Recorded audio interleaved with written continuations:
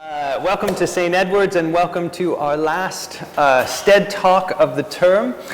We've had a wonderful term thus far. It was sad that we had to cancel Richard Bauckham, but he is scheduled for our first talk in Michaelmas term in 2020. So when we come back, we'll have a wonderful talk from Richard. But we are just as privileged this afternoon to have Professor IanMcFarland with us, especially privileged since he's joining us whilst he's on sabbatical. And I know when I'm on sabbatical, I don't talk to anyone. so we are particularly blessed, or I consider ourselves particularly blessed, to have Ian with us today. And also not only because he's breaking his sabbatical to be with us, but also because Ian is no longer going to be in Cambridge. By the summertime, he's going to be moving back to the States, where he is currently employed as the professor of theology at Candler University, or Candler School of Divinity in Emory University in Atlanta, in Georgia.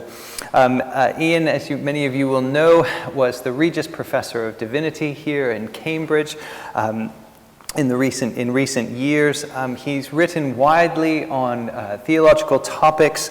In 2010, his book In Adam's Fall, a meditation on the Christian doctrine of original sin, and then 2014, From Nothing, a theology of creation. Maybe some of these themes will tie into what we hear Ian speaking on today.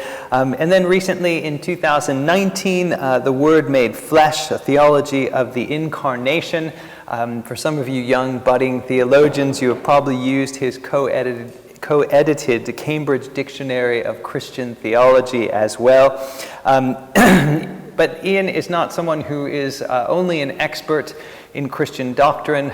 He is also one who bridges sometimes that gap between the life of faith and the life of doctrine.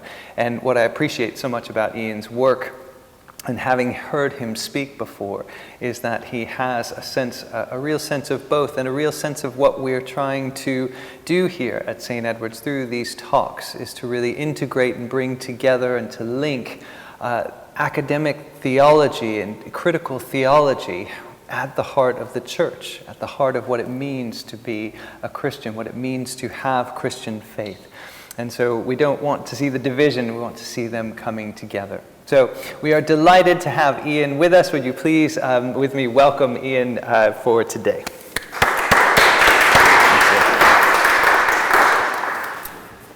Thank you very much, Mark. Yes, when one is about to go on sabbatical, one imagines a lot of time and says yes to things, so hence my being here. But I'm happy to be here.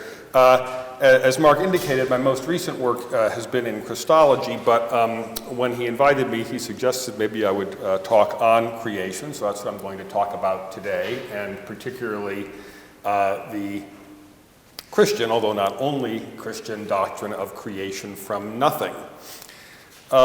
It's a tricky sort of doctrine, and the whole conversation is often fraught these days because of discussions, particularly in North America, but also here and elsewhere in the world, about the implications of the Christian doctrine of creation for how one interprets Genesis and how one teaches natural history and various other things.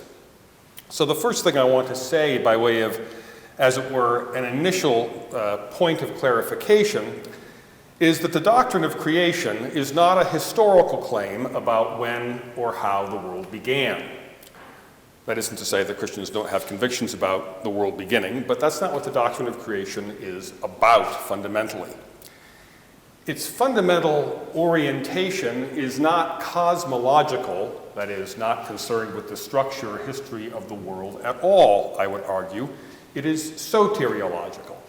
That is, its fundamental concern is with the way in which God attempts to bring creatures into relation with God's self, God's concern to save them. As such, the doctrine of creation isn't primarily to be understood as a quasi-scientific hypothesis about origins, but rather as a means of describing the fundamental way in which God relates to the world, the fundamental way in which God relates to the world. So with that as background, that is the idea that it's not fundamentally a cosmological doctrine, or historical claim, but a soteriological one focused on God's relating to the world. Let's go forward. So, first of all, creation in the Bible. Obviously, one immediately goes to Genesis, and I'm going to do that too, for reasons of space, although one can make a very good argument that actually the most dedicated discussions of creation in Scripture, that is, of the kind of relation that I'm talking about, is not in Genesis at all, but rather in the wisdom literature, so-called. So Ecclesiastes and Proverbs and places like that. In Genesis, creation is fairly short, a couple of chapters at the beginning, and its primary purpose is really to simply set up the narrative of God's saving relationship with the people of Israel. It serves as a kind of prologue. The cosmological, that is, how did it all start, aspects of the narrative are secondary, I would argue. And you can see this if you look at them, at least as biblical scholars, which I am not one of, look at them and then tell me about them, that most of the details are commonplaces of ancient Near Eastern origin stories, albeit given a particularly Israelite theological stamp. It seems pretty clear that certainly for the narrative of Genesis 1 and the first few verses of Genesis 2, very much in the background is the Babylonian creation narrative that we have a record of, or at least a version of it, called the Enuma Elish. I won't go into the details of that. The main way, the Enuma Elish speaks of creation in terms of a divine, the result of a divine conflict in which the god Marduk slays the great sea serpent Tiamat, who also happens to be his mom. There you go. And creates the world out of her corpse. Where you see echoes of this in Genesis, particularly, is in the second verse with the discussion of the deep and its being without form and void and so forth. Throughout the Christian scriptures, both Old and New Testament, water is a sign of chaos and disorder. It's no accident that in Revelation there'll be a new heaven and a new earth, but no more sea, right? Because water is seen as a problem. And most people reading Genesis, scholars reading it, see that verse 2, talking about the deep and the watery abyss, as, again, an echo of that larger ancient Near Eastern context. And of course, elsewhere in the Old Testament, there are more explicitly mythical accounts of God striking the great sea serpent, known alternatively as Rahab or Leviathan. You find this in the Psalms, in Job, 2nd Isaiah, and so forth. So the basic narrative structure probably comes out of this general ancient Near Eastern context, but the writers of Genesis 1 are trying to put it in a different frame. The major thing they're trying to do is, rather than make it a story of conflict, again, there may be little echoes or hints of it in verse 2, but the overwhelming sense of Genesis 1 is not one of conflict, but rather of ordered, peaceful, and non-agonistic activity. God's creation is free and sovereign.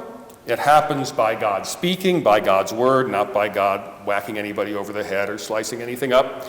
And it also emphasizes in a way that other creation myths of the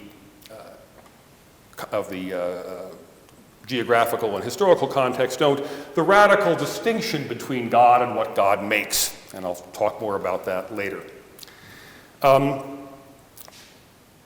And finally, the creation, once God makes it sovereignly by God speaking, and once God finishes making it, it is stable.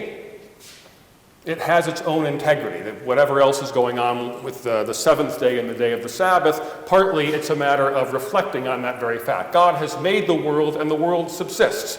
And there isn't any need for ongoing activities of rejuvenation or rebirth or anything of that sort. It has a structure. The structure is admirably described in the way in which God makes, first clears the water out of the way, then makes the dome, or makes the dome to keep the water out of the way, clears the land, and then populates the air the water and the land that are thereby separated with various animals.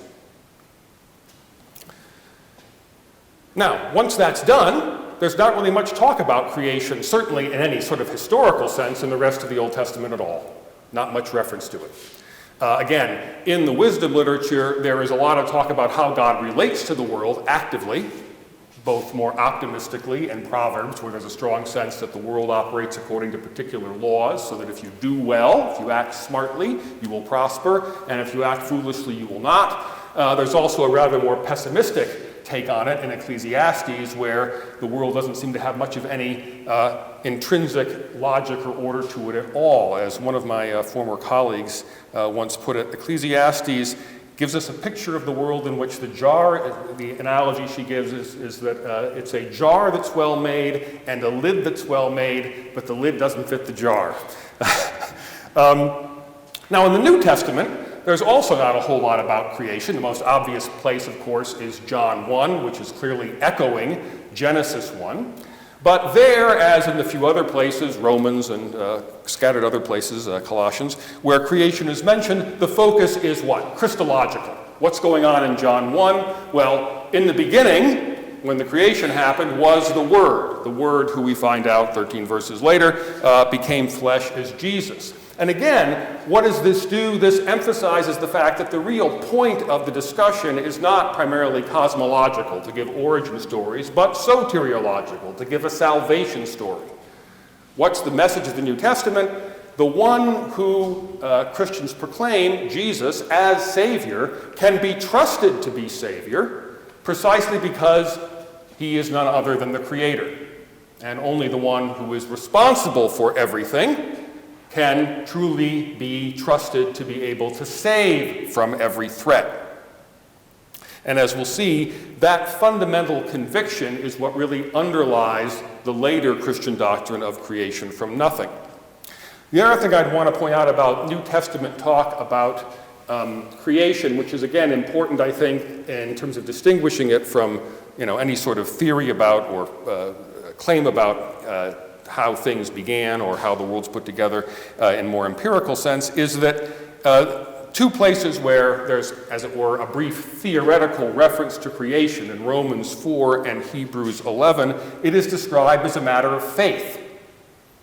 That is, not something you could deduce or infer from your experience of causation or design or whatever else it might be, but rather that which has to be taken as something that is believed on the basis of the proclamation of the Word. And again, I'll talk more about that and how that ties in, or how that goes together with this claim that Christians have that God creates from nothing.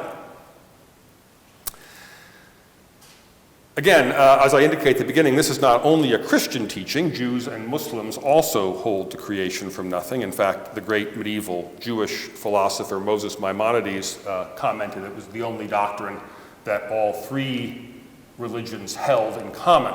You might have thought, what about monotheism? Moses Maimonides wasn't quite so sure Christians were monotheists in light of the Trinity. So creation from nothing was the uniting doctrine. But although it's become somewhat part of the cultural fabric in much of certainly Europe, North Africa, the Near East, because of the dominance of the Abrahamic faiths there, in the context of the ancient world, Greco-Roman society where Christianity emerged, it would have been and was viewed as a very strange claim. Because the dominant way of thinking about things, both mythical and more sophisticatedly philosophical, was that matter, that is, the stuff of which the world was made, was eternal. And the reason for this, there were some sort of commonsensical reasons why this was thought. One was, well, if the universe is by definition everything that is, then there can be nothing outside of it that could cause it to come into existence at a particular point in time. So if the universe refers to everything, well, everything, that includes, there's nothing therefore that could be a cause of it, because a cause would be something that wasn't everything. And that would seem to be a problem. And the concern was, if you say that God's will is the cause of the universe, and you also say that God is perfect, as Plato and others would want to say, or at least his followers, then God's willing of the world should be unchangeable and eternal. That is, if God wills something, God always wills it, and therefore the world would be eternal too. Finally, there was a philosophical principle, which again seems fairly straightforward. Nothing comes from nothing. That is, if there is nothing there, then nothing's going to come out of it. There has to be something. There has to be reality in order to be able to make something out of it. You got to have, you want to make an omelet, you have to have eggs, okay? Can't just make something from nothing. Therefore, creation, the world, doesn't come from nothing. Now, this isn't to say that Greco-Roman thinkers didn't have notions of creation, but they thought of creation on analogy with the way in which we create things. That is, the manipulation of already existing stuff. So you make a cake by taking flour and sugar and leavening and all the rest of it and mixing it together and baking it and so forth. Similarly, the world was created from chaos, matter. Matter understood as being ultimate potentiality, not so much well-defined building blocks like rocks over here or wood over here, but simply the idea that there was always some stuff ready to be used. And the divinity, or what other forces you might want, but God would be perfectly fine for Plato and Aristotle, arranges this, draws it into an ordered shape. So there's creation, but creation is manipulation and reordering, okay? Not bringing into being from nothing. Again, that's viewed as being an incoherent idea. Nothing can come from nothing. Now, arguably, and many contemporary Old Testament scholars will say this, the situation described at the beginning of Genesis looks something like that. Again, there is not nothing, no word nothing in Genesis 1. There's this world that is without form and void and the deep over which the Spirit hovers. And that looks to many as though it's talking about creation from chaos, creation from a disordered mass. And many early Christians were happy to say so. Most famously, perhaps, Justin Martyr. Well, his name is Justin, but he was a martyr and so is known as Justin Martyr, who, in fact, not only did he think that Genesis taught creation from nothing, he thought that's where Plato got it from. Plato was fundamentally, if nothing else, a good amanuensis for Moses, thought Justin. So early Christians were not, from the beginning, committed to creation from nothing. Again, the phrase doesn't occur in the Bible, and there seemed, given the cultural context, good reason to speak in terms that would be comprehensible to others. What brings Christians to break from that cultural consensus is largely debates within the Christian fold.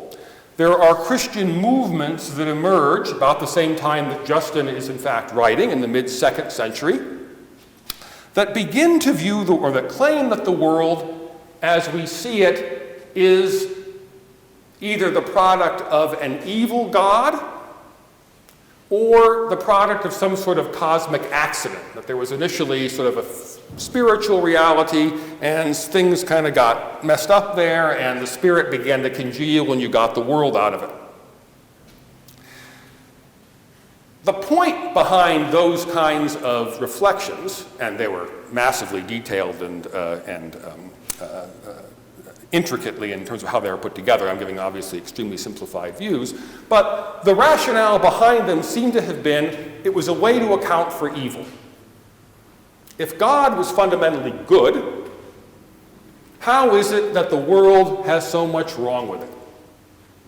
And these ways of thinking about creation were that, the reason was because the creation had its origins. The world itself is based in fundamental kinds of mistakenness. Whether it's the case that God always has to work with matter, which is already there and has its own inherent dynamics, particularly dynamics that lead to change and decay. You make something, right? We know this now by the second law of thermodynamics. They wouldn't have thought about that way in the ancient world, but they certainly knew that if you make an elaborate anything, give time and normal course of accidents, and it will fall apart. Okay? Likewise, if you think of the world as emerging from some sort of a accident in a spiritual realm, similarly, evil happens because there's something intrinsic to the way the world's put together that just, in spite of God's best efforts, make it impossible for things not to go wrong. Okay? You can't make a silk purse out of a sow's ear, and if the world is fundamentally made out of a sow's ear, you're going to have something less than silk purse experience of it. As those kinds of ideas became prominent, within these Christian movements, however, other Christians reacted. And the reaction, again, displays the fundamental soteriological concern behind Christian thinking about creation. It gets back to that issue about why I think it's important that in the New Testament talk about creation is so strongly linked to Jesus. If the world fundamentally is badly structured in a way that is beyond God's control, matter was already there, or matter emerges independently of God's wanting it to emerge, then the world poses a fundamental limit on God's ability to save. If matter and worldly structure is such that it comes to be, or already is, apart from God's activities on it, that however much God may try to do with it, fundamentally its essential destiny exceeds God's grasp. And for Christians, that was an unacceptable, and again later for Jews and Muslims too, but within the Christian context, that was an unacceptable conclusion, because the Christian claim was, you could trust Jesus, God made flesh, in spite of and in the face of any conceivable threat. Nothing can separate us from the love of God, including the basic structure of your being. Okay? So whatever the problems are, and of course the problem of evil, which I won't get into, is a very difficult one for Christians, but you can't ascribe it to the intrinsic stuff of the world. Not only does this violate Genesis 1, where God says the world's very good after looking at it, but also, again, it blocks the fundamental Christian convictions regarding God's ability to save.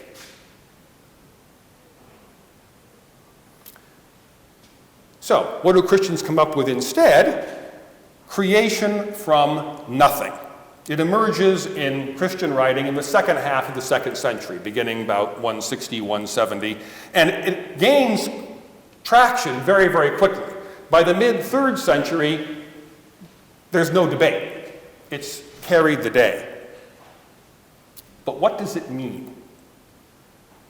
It's a tricky phrase, because usually when you use in English the phrase created from X, the X refers to the stuff out of which you're making something.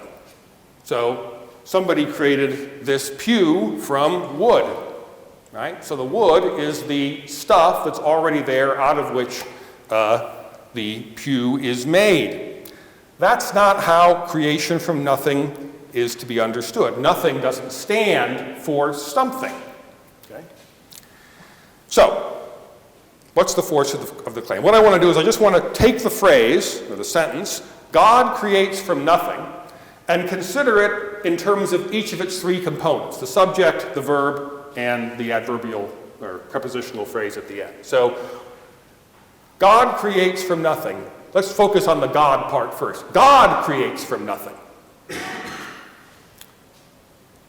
By saying that, God creates from nothing, what the doctrine of creation from nothing affirms is that the universe is not self-sustaining, it is not eternal, but derives from a reality that is different from it and which is personal. The universe, the world, all the reality that we perceive is derived from a person, God. God creates from nothing. There are a couple ways in which something can derive. It can kind of ooze out or emanate. That's one way. Overflow. To say that God creates is to say that's not how the world originates from God. That is, it doesn't come from God as sort of an outflow of God's own being or an emanation of God. Rather, it's the product of God's will, a product of divine decision. And what this means is that unlike a model of emanation or oozing or overflow, the world is fundamentally different than God, other than God. The world is not divine. Nevertheless, and this is important, I think this is actually an important feature of the doctrine of creation that's often overlooked, part of what the doctrine of creation teaches is that the world is not divine and it's still good. Something doesn't have to be divine in order to be good. Non-God stuff is good too. And it's good precisely in its non-divinity. So that the role, this gets a bit off the subject, but I'm not on a roll, so I'm going to do it. So when Satan, or the snake, or whoever it is, in Genesis 3, tempts the first couple that they'll be like God, something I think human beings have continually been tempted by, but it fails to recognize the fact that you don't need to be like God in order to be fine, in order to be good. So to say that God creates is to say the world comes from God, but it comes from God as that which is other. And in its otherness is not inherently defective or problematic or bad, but good and to be celebrated. Finally, that last clause, from nothing. Again, nothing here is not a kind of something. It's not a stuff. So what we have here is a phrase that looks like, talk about creation we often have in our world, looks like I create the pew from the wood, or I create the bread from the flour and the yeast, or whatever it is. But it posits a fundamental break from that model, because what it's saying is God creates, but not from anything at all. That is, to say that God creates from nothing is to say that God is the only prior condition of anything's existence. It's not God plus anything else. It's just God. And again, why is that important? It's important because of its soteriological, that is, its salvific implications. Because God is the only thing behind the world, there is nothing in the world that can fundamentally stand in the way of God's ability to realize the purposes God has for the world God made. If there were any other thing, if it was God plus anything else, whatever that anything else would be a limit on God's ability to do stuff, something that was outside of God's control, right? And again, the point of this isn't simply you have a manic notion that God is God is in control in a sort of Donald Trumpian kind of sense, shall we say. But again, that God's control here is about God's ability to realize God's good purposes for creatures. But of course, this means that there is a fundamental disjunction between creation as God does it and any idea or any experience we have of creation. All creation that we have, that we can see or experience, is always a creator plus stuff. Creation for us is always manipulation, rearrangement. Even if you're creating a novel or a symphony, you still have words or sounds and that are on a particular tonal scale or in a particular language, and you're rearranging them in various ways. God creates with zero presuppositions, and we simply have no analog for that. All creation that we experience includes other stuff that the Creator is then making use of. The fact that there's no analogy means we have to create some interesting issues with how we think about creation. One of them is that God's creation is effectively always happening. Because if there's nothing, so again, different from our creation, because our creation is always us plus other stuff, once I've made the pew, I don't know who made this pew, but I'm guessing he's moldering somewhere, the pew stays. Okay? The pew has its own integrity because it's made of the stuff independently of the ongoing efforts of the maker of the pew or whatever else. If God is the only antecedent condition of creature's existence, however, there is no such inertia, no such capacity for things to keep on being, apart from God every moment holding them in being. Thomas Aquinas, which Mr. Stevenson knows a little bit about over there, I see him there, famously has an analogy that God's relationship to the world is like light in a space like this. The space is lit only so long as the light is shining. If the light stops shining, the space goes dark. Similarly, things, creatures exist only so long as God deliberately holds them in existence. If for 1 second God chose not to, they would go out of existence because there's no other stuff besides God keeping them in place. So creation isn't something God did once a long time ago, winding up the clock or whatever, and then letting it go on its own. Creation is constantly, in order for it to be at all, being actively upheld by God. And this also helps to explain, this is the last point I'll make, because you've been burdened with enough, why creation is necessarily a matter of faith. Why it isn't something that you can get to by inference. Because if creation is nothing other than God, all the stuff, anything we might infer, okay, if I infer that this did not come here by itself, that somebody carved it at some point, and in addition to that somebody chopped down the tree and somebody planted the tree or some squirrel planted the tree or whatever, going back. Our way of inferring in this world is by moving from one thing to another. Okay? But if we're moving from one thing to another, we're always staying within the realm of stuff, of created things. There's no way you can make the leap from that created matrix to God, because God isn't simply one thing among others. Rather, God is that on which everything equally depends. But not in a way that there's any straight line. God is radically other than that which God makes. Because again, God makes in a way that is utterly unique. You can make the inference about the pew and its origins because precisely in this case, creation is about the interaction of two forces, wood and manufacturing. God's creation, again, there's no such interaction, so there's no term that can get you from everything God makes to God. That's part of what the uniqueness of that relationship is. The positive side, from a Christian perspective, is that, is that it emphasizes the fact that creation is radically gift.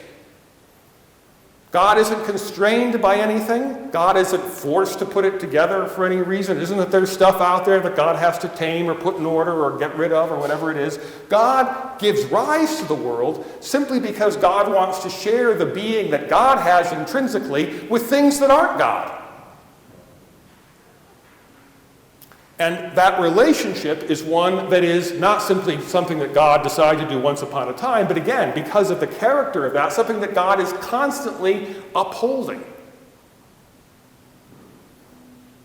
The fact that we are here at all at any moment, if creation from nothing is, as Christians claim, the way things are, is only because God actively loves us and wants to give us life now and at every moment. Because if at any moment God had second thoughts, we would cease to be. That's all I got to say, but Mark's going to let you ask questions. Thank you so much, Ian.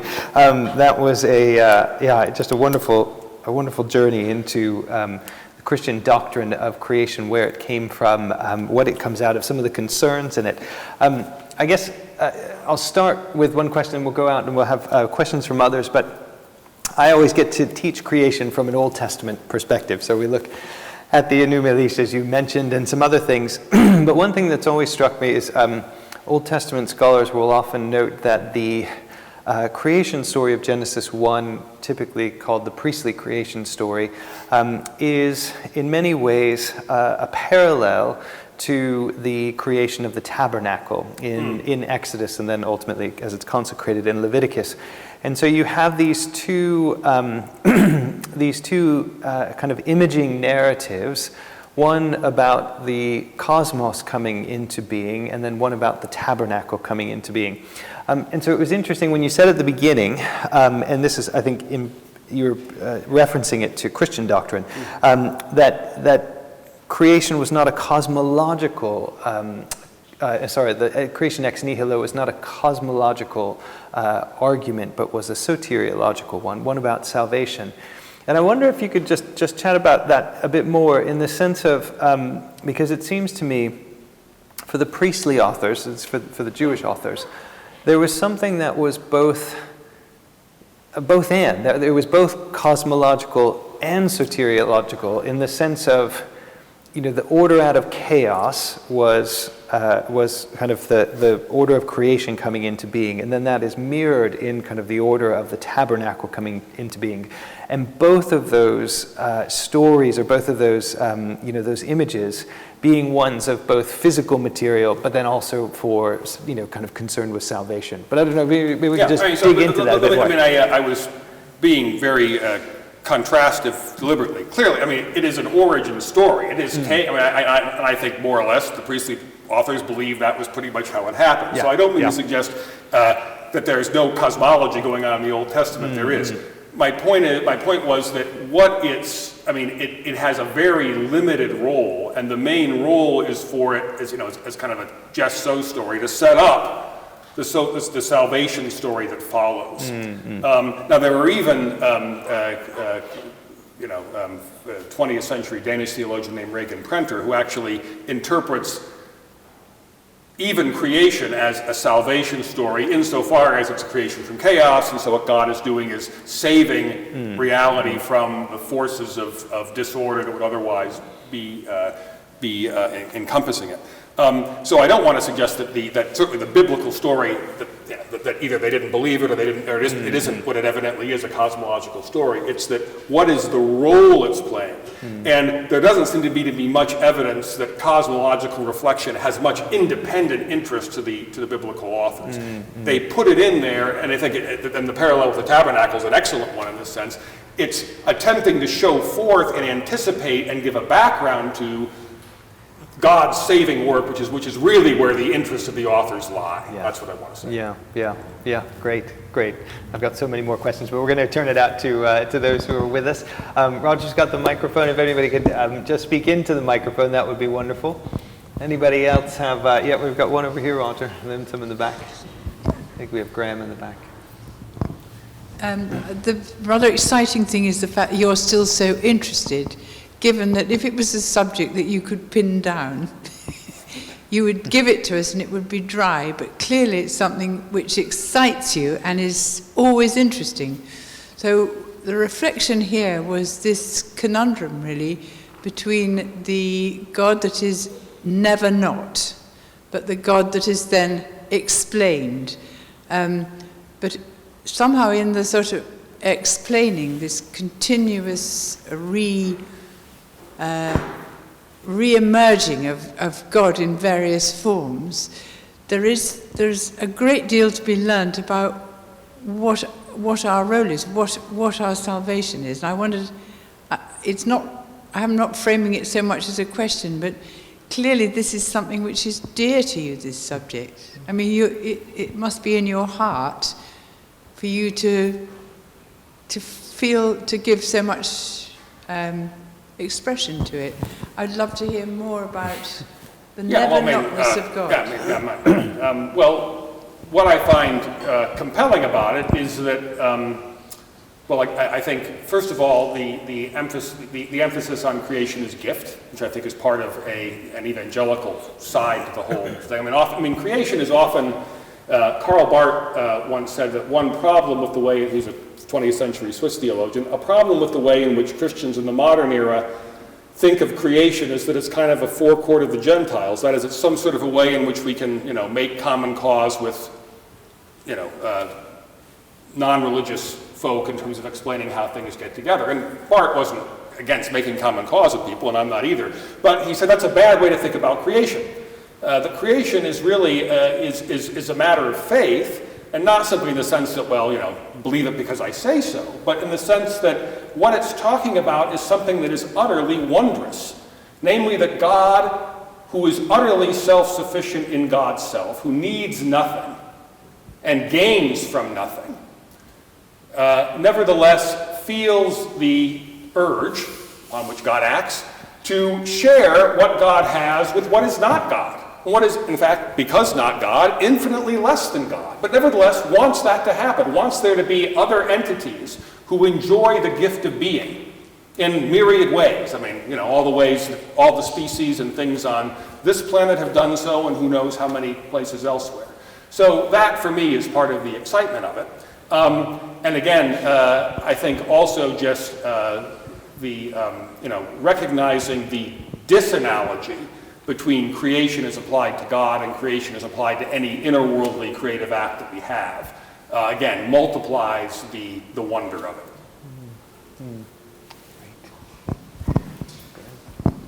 Thank you so much. When God created out of nothing, did he have to create a thing that was nothing from which to create out of? And if not, does it ultimately sort of reduce down to God creating materiality out of God's self, and therefore it's not creation from nothing? Yeah. So to say create from nothing is, again, nothing is not something. It's not a stuff.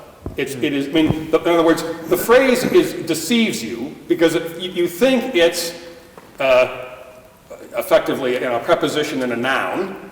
What it really is an adverb. I mean, it's an adverbial phrase is what it comes down to. That means that there is, again, the point being there's no presupposition except God's own self. But God is not, but this is an important point, God is not making the world out of God's self. That's the point of creates versus other verbs you might use. Okay?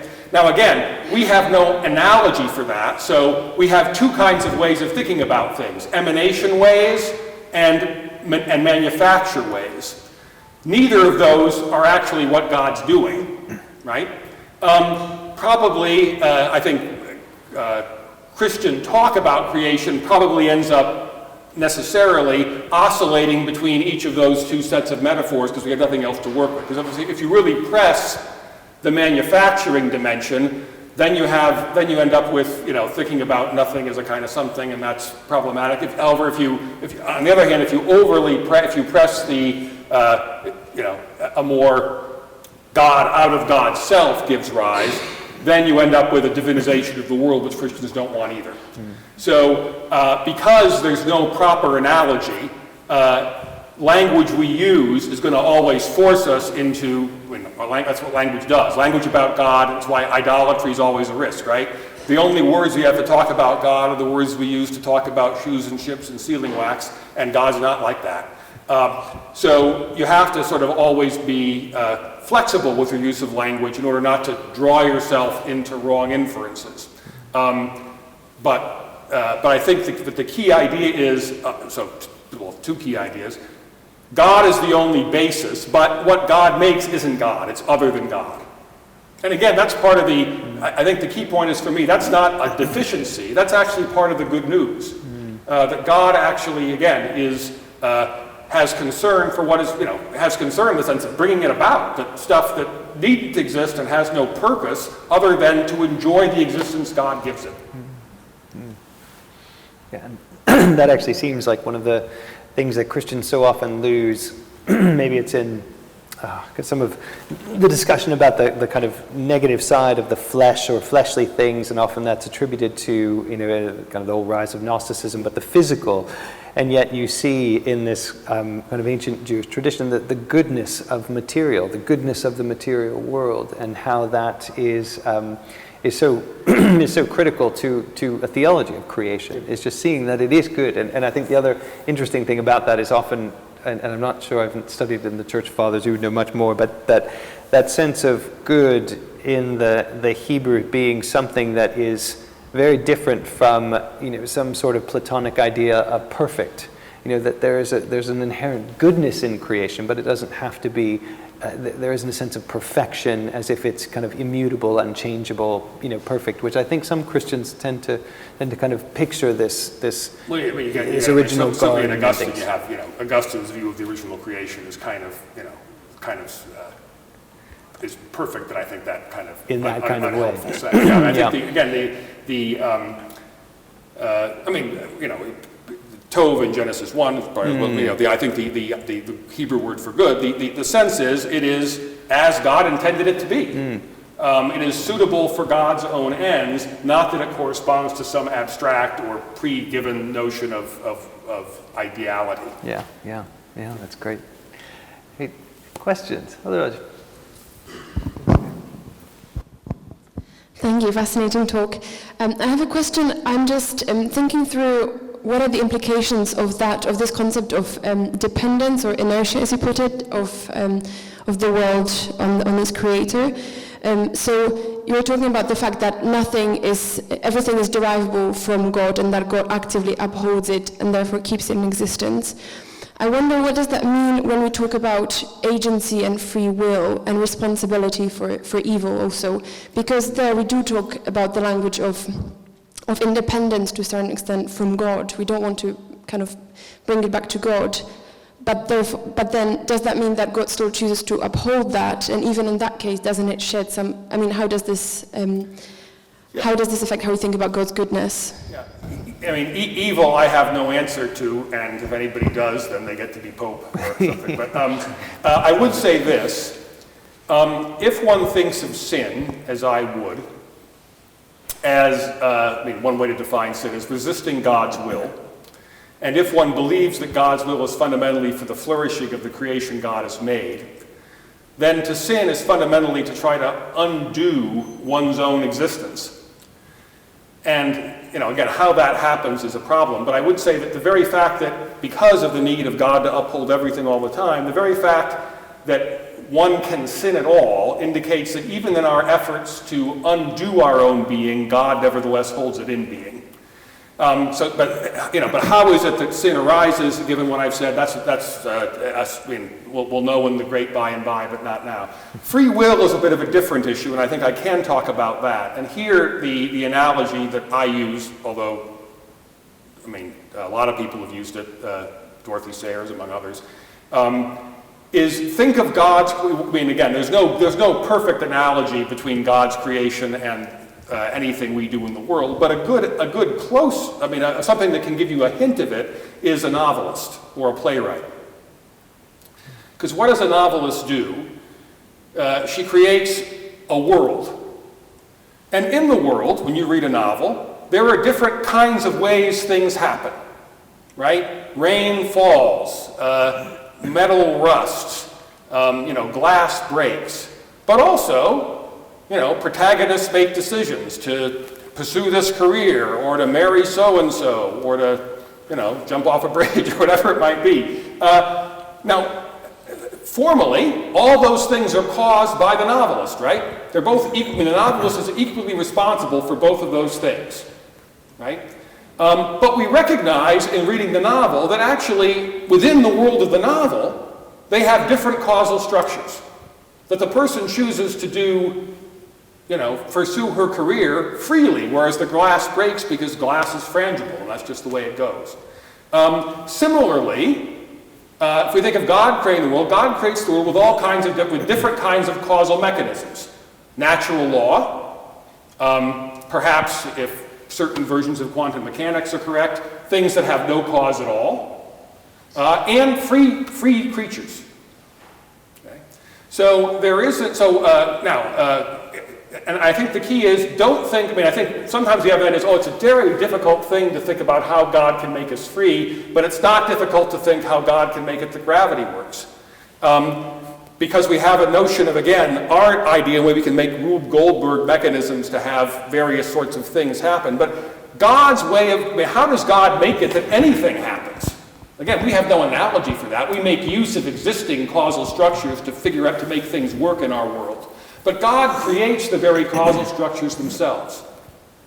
But there's no reason I can see why it's any more mysterious to think that God should create certain kinds of creatures that act freely, because God, insofar as God is constantly empowering them to act in that way, as it is to say that God makes certain kinds of creatures to fall in gravitational fields or to be, moved by magnetic fields or whatever it might be. That is, that God, in both cases, God is creating a kind of causal structure, part of the world that God has created, that is just part of the logic that's there. Now, again, what that doesn't get at is how come, when things go bad, how can that possibly happen? So the evil thing is not solved by this. But I don't think freedom is a problem. The problem is, how does freedom go bad? How can freedom go against God's will on this case? And there I've got no answer, but I'm okay with that, because neither does anybody else. That's completely good. Any other questions?